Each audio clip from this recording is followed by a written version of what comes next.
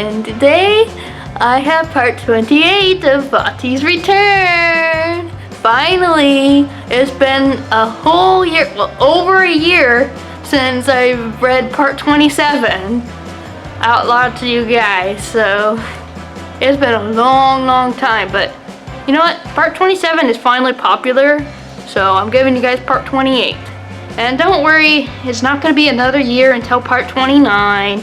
I'm not going to do that anymore. I'm going to try to make more parts of older videos more often. So that.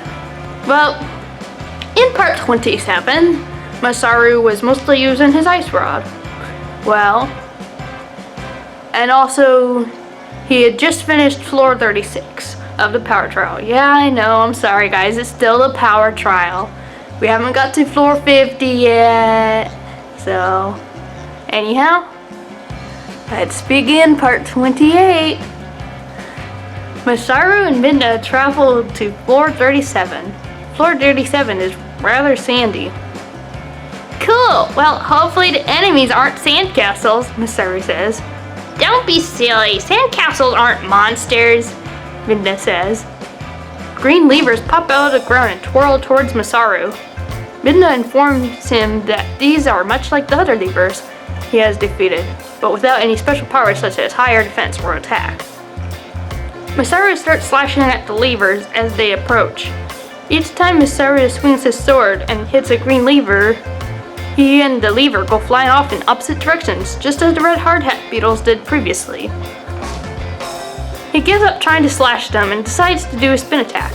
He spins himself around and around, killing all the green levers.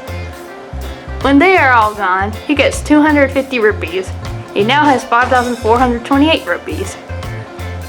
Upon reaching floor 38, Masaru realizes it looks exactly like floor 37. Looks the same. Same sand and everything, Masaru comments. I wonder what's in here though, Midna says. The sand moves and 50 more green levers show up. Same exact thing, Masaru asks. This is boring and annoying. He gets to work fighting the new green levers as they are starting to get too close to him. He defeats them all again and gains another 250 rupees. Now he has 5,678 rupees. On the bright side, Masaru, you haven't exactly died yet, and we are nearly done with the power trial. Finally, Midna says.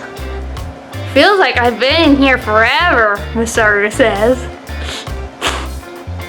He continues up the stairs to floor 39. Floor 39 is back to normal. There are 50 more mini mole dorms in this room. Seriously? Again? Masaru asks. Yep, Midna says. He takes out his fire rod again. Fire! Masaru cries out, burning the mini mole dorms yet again. Tee-hee-hee!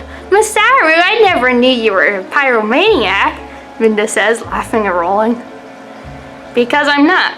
I just really enjoy using my fire rod, Masaru says. You still love the color blue more than you love your fire rod, right? Midna asks. Yep, nothing replaces blue, Masaru says, grinning. All the mini Moldorms are defeated and Masaru gains 50 rupees. Now he has 5,728 rupees. Nearly there, nearly there, nearly there, Masaru cries out. Yeah, Midna says. They run up the stairs to floor 40. Floor 40 is full of rocky terrain and 50 of the rocks have holes in them.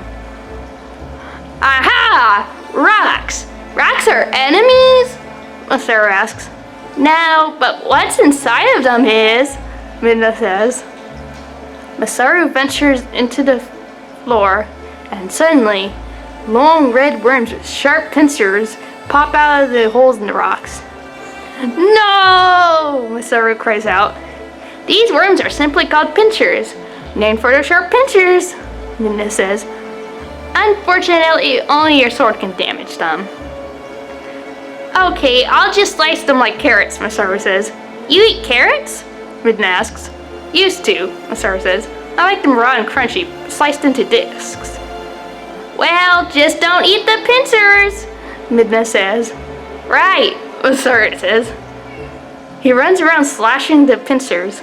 Some are trickier than others and attempt to hide in their rocks until Masaru is at a point where he cannot see them, but they can pinch him. Eventually, all the pincers are defeated and a treasure chest appears. More presents for me? After I've been given so many? Masaru asks, approaching the treasure chest. Midna has disappeared and Masaru doesn't even notice.